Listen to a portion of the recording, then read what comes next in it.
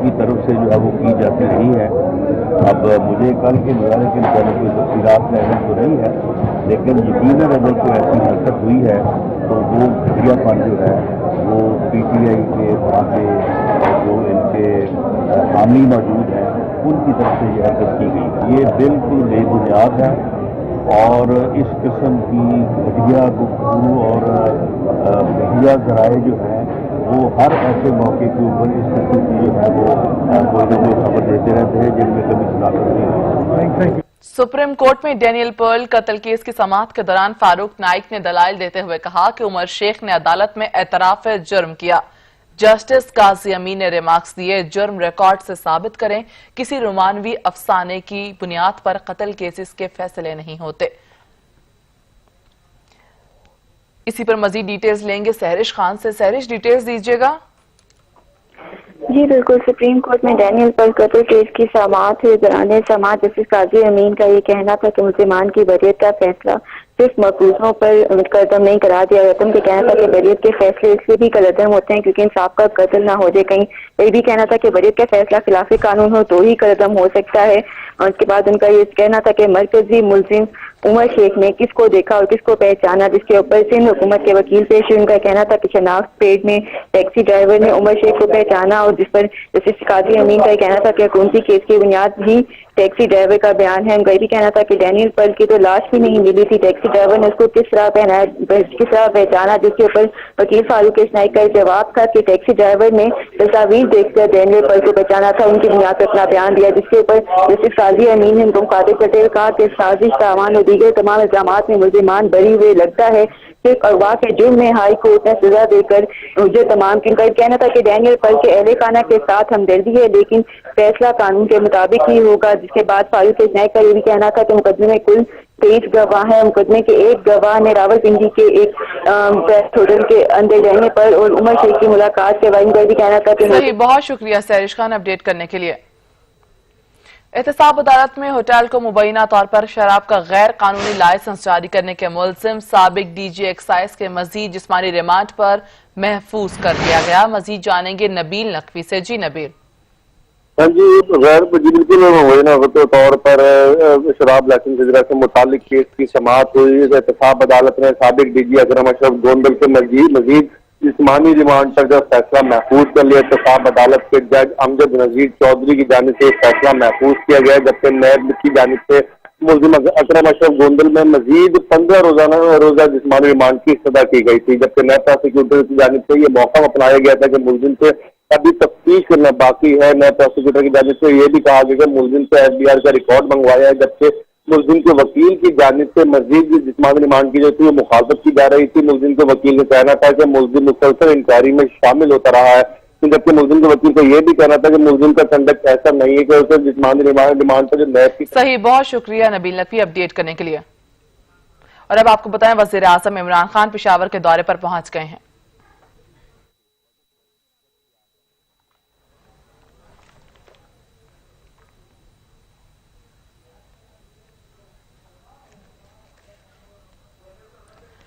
آپ کو بتائیں وزیر اعظم عمران خان محمد پہنچ گئے. وزیر اعظم محمد میں پہنچ چکے ہیں اور وزیر اعظم عمران خان پشاور کا دورہ کرنے کے لیے پہنچ گئے ہیں. وزیر اعظم کو حکام کی جانب سے بریفنگ بھی دی جا رہی ہے. وزیر اعظم عمران خان کا محمد کا دورہ. وزیر اعظم عمران خان پشاور پہنچ گئے. وزیر اعظم کو اس وقت ڈیٹیلز بھی دی جا رہی ہیں. آپ کو بتائیں وزیر اعظم کو حکام کی جانب سے ترقیاتی منصوبوں پر اس وقت بریفنگ دی جا رہی ہے. وزیر اعظم عمران خان محمد پہنچ گئے. وزیر اعظم عمران خان اس وقت پشاور کے دورے پر پہنچ چکے ہیں اور وزیر اعظم عمران خان کو اعلیٰ حکام کی جانب سے اس وقت ترقیاتی منصوبوں پر بریفنگ دی جا رہی ہے. آپ کو بتائیں وزیر اعظم عمران خان اس وقت محمد پہنچ گئے ہیں اور وزیر اعظم عمران خان ایک روزہ دورے پر آج باجوڑ اور پشاور پہنچ گئے ہیں. وزیر اعظم عمران خان باجوڑ میں ترقیاتی منصوبوں کا افتتاح کریں گے. پشاور میں خصوصی اجلاس میں عمران خان کو مجموعی طور پر صورتحال کی بریفنگ دی جائے گی. وزیر اعظم عمران خان پشاور آنے سے قبل باجوڑ جائیں گے. وزیر اعظم عمران خان دورہ باجوڑ کے موقع پر آپ کو بتائیں کہ وزیراعظم عمران خان تعمیر اور بجلی گریڈ اسٹیشن کا افتتاح کریں گے۔ وزیراعظم باجوڑ کے لیے گیس، برننگٹن اور دیگر ترقیاتی منصوبوں کا بھی اعلان کریں گے، جبکہ وزیراعظم پشاور میں لیڈی ریڈنگ اسپتال کا دورہ کریں گے۔ وزیراعظم صوبائی کابینہ کے ارکان سے بھی ملیں گے۔ عمران خان گورنر ہاؤس میں خصوصی اجلاس کی صدارت کریں گے۔ وزراء کی کارکردگی اور BRT بندش سے متعلق امور زیر بحث آئیں گے۔ آپ کو بتائیں وزیراعظم عمران خان محمد پہنچ گئے ہیں اور وزیراعظم کو حکام کی جانب سے ترقیاتی منصوبوں پر اس وقت بریفنگ دی جا رہی ہے۔ وزیراعظم ایک روزہ دورے پر پشاور پہنچ گئے ہیں۔ وزیراعظم عمران خان باجوڑ میں ترقیاتی منصوبوں کا افتتاح کریں گے۔ پشاور میں خصوصی اجلاس میں عمران خان کو مجموعی صورتحال پر اس وقت بریفنگ دی جا رہی ہے۔ سچ نیوز بلیٹن میں وقت ہوا ہے ایک بریک کا، ہمارے ساتھ رہیے گا۔ بریک کے بعد آپ کو بتائیں افغان مفاہمتی کونسل کے چیئرمین عبداللہ 3 روزہ دورے پر پاکستان پہنچ گئے۔ وزیر خارجہ شاہ محمود قریشی سے ملاقات کی۔ دفتر خارجہ آمد پر چیئرمین افغان مفاہمتی کونسل نے دفتر خارجہ میں پودا بھی لگایا۔ مشیر تجارت عبدالرزاق داؤد نے ایئرپورٹ پر چیئرمین افغان مفاہمتی کونسل کے ڈاکٹر عبداللہ کا استقبال کیا۔ ڈاکٹر عبداللہ کی صدر، وزیر اعظم، چیئرمین سینٹ، اسپیکر قومی اسمبلی اور دیگر اہم شخصیات سے ملاقات شیڈیول ہے۔ دورے سے افغان امن عمل کے تناظر میں بات چیت، پاکستان اور افغانستان کے درمیان دو طرفہ تعلقات اور عوامی سطح پر روابط مستحکم بنانے کا موقع ملے گا۔ Doctor Abdullah institute of strategic studies Islamabad میں اہم خطاب اور صحافیوں سے بات چیت کریں گے۔ قومی مفاہمت کی ہائی کونسل کے چیئرمین کی حیثیت سے ڈاکٹر دورہ دونوں ملکوں کے درمیان باہمی ہم آہنگی، بھائی چارے اور قریبی روابط کے فروغ میں مددگار ثابت ہوگا۔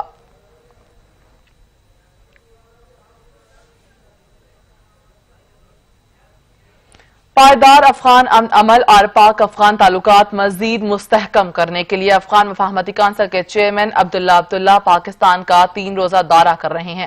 افغان وفد دفتر خارجہ میں اس وقت موجود ہے۔ مزید جانیں گے کامران چودھری سے۔ جی کامران۔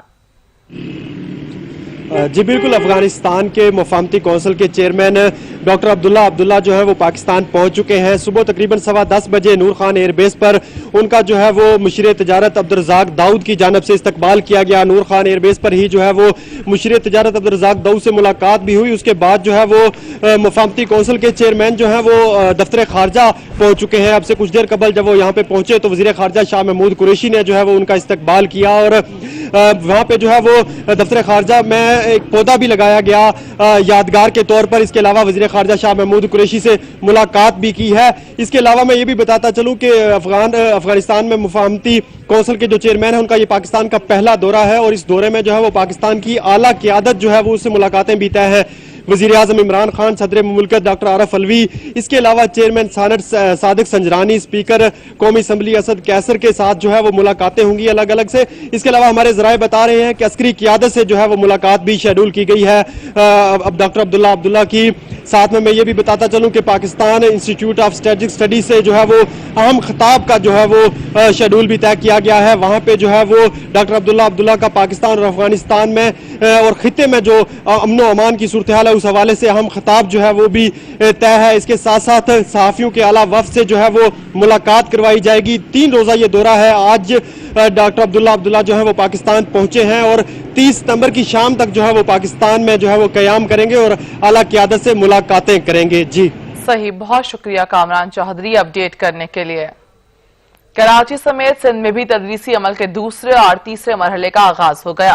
صوبے بھر میں سکولز کھل گئے۔ 1 سے 8ویں جماعت تک کلاسز میں بھی پڑھائی۔ سکولوں کے داخلی اور خارجی راستوں پر SOPs پر عمل درآمد بھی نظر آیا ہے۔ پختونخوا بلوچستان کے بعد سندھ میں بھی بالآخر تدریسی عمل کے دوسرے اور تیسرے مرحلے کا آغاز ہو گیا۔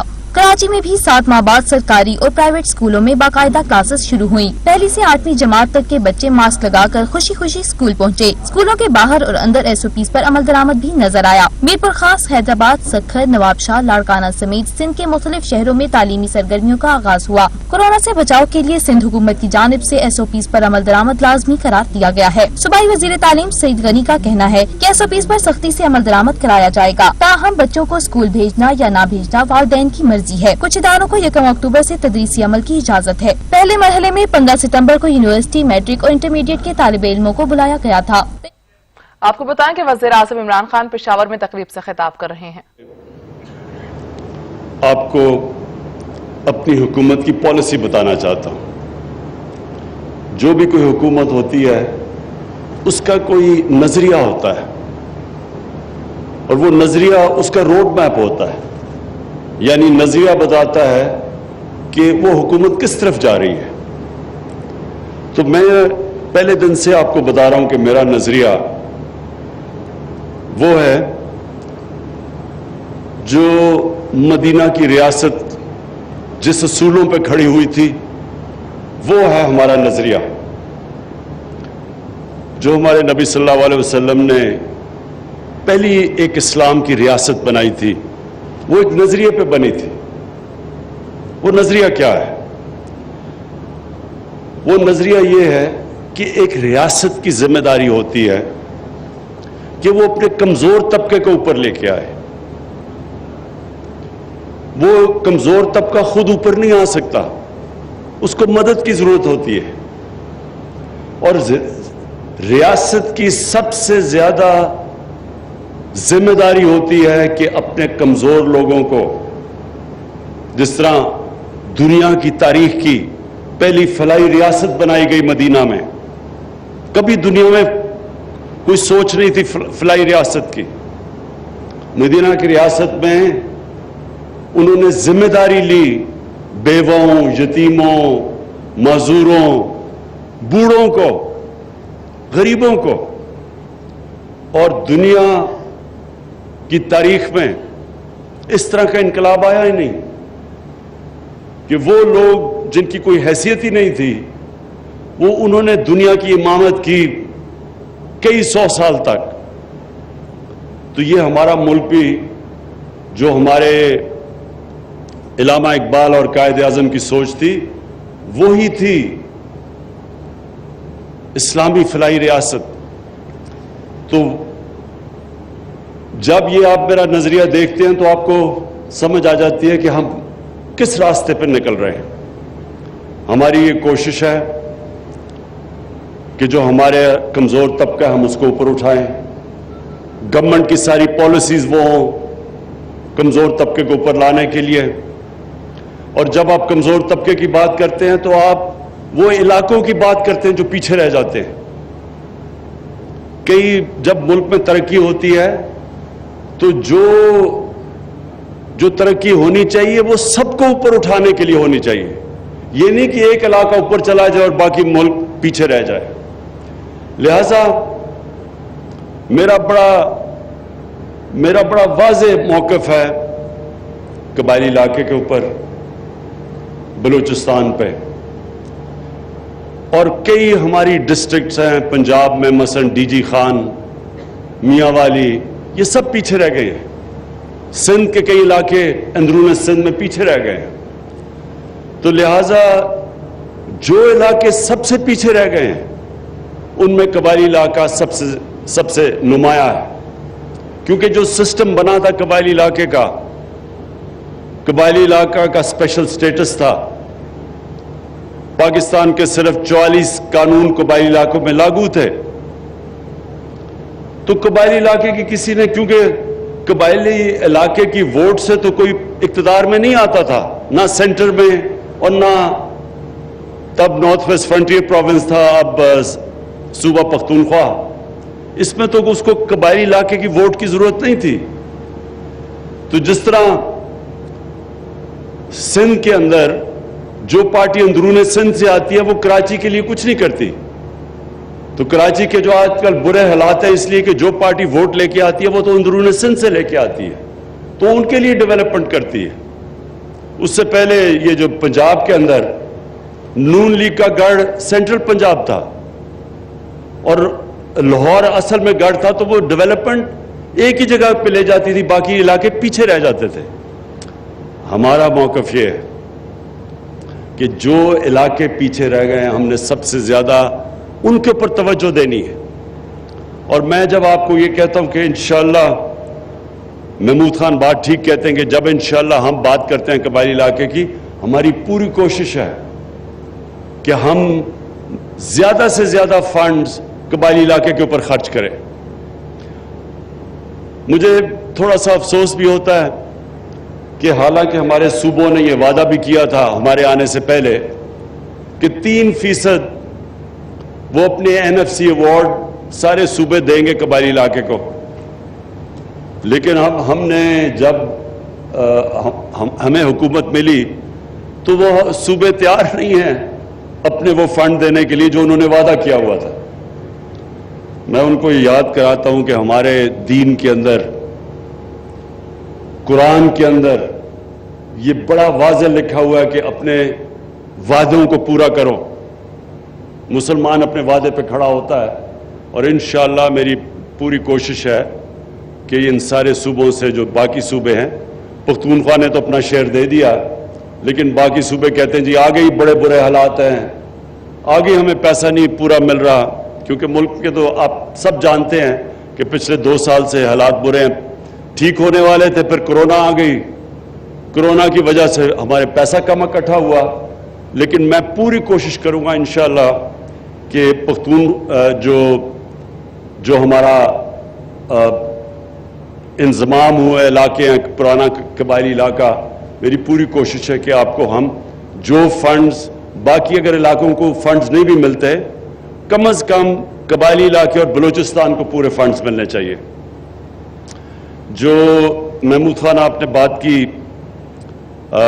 کہ جو آپ کو ڈیولپمنٹ کے لیے قبائلی علاقے کے لیے فنڈز چاہیے، انشاءاللہ اس کے اوپر ہم پورا زور لگا رہے ہیں، اور آپ کو پتہ ہے کہ پلاننگ کو میں نے پورا کہا ہوا ہے منسٹری آف پلاننگ کو کہ قبائلی علاقے کے لیے آپ کہیں سے بھی فنڈز پورے کریں، کیونکہ مجھے ایک اور خدشہ ہے، ہمارے دشمن ان لوگوں کے ساتھ پوری طرح ان کے ساتھ رابطے میں ہیں، پوری کوشش کر رہے ہیں کہ وہ عناصر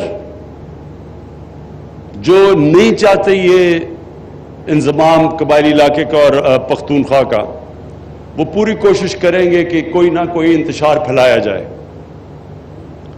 جو ملک سے باہر دشمن ہیں وہ اس طرح کے عناصر کو پوری طرح فنڈ بھی کرتے ہیں، اور بار بار کوشش کرتے ہیں کہ کسی طرح رکاوٹیں ڈالی جائیں یہ جو انضمام ہوا ہے۔ اس لیے اور بھی زیادہ ضرورت ہے کہ ہم قبائلی علاقے کے اوپر پوری طرح ڈیولپمنٹ میں کوئی کسر نہ چھوڑیں، اور یہ جو انضمام کی وجہ سے ایک اور چیز ہوئی کہ یہ جو تجارت کرتے تھے یا جو چیزیں لے کے آتے تھے افغانستان سے، وہاں اب وہ باڑ لگ گئی ہے جو لگنی بھی چاہیے اسمگلنگ روکنے کے لیے، کیونکہ اسمگلنگ پاکستان کو تباہ کر رہی ہے۔ ہماری انڈسٹری نہیں ڈیولپ ہوتی اسمگلنگ کی وجہ سے۔ انڈسٹری اگر نہیں ڈیولپ ہوگی ہم روزگاری ان لوگوں کو دے سکیں گے، اپنے نوجوان آبادی کو، اور دوسری چیز ہم ایکسپورٹ نہیں کر سکیں گے۔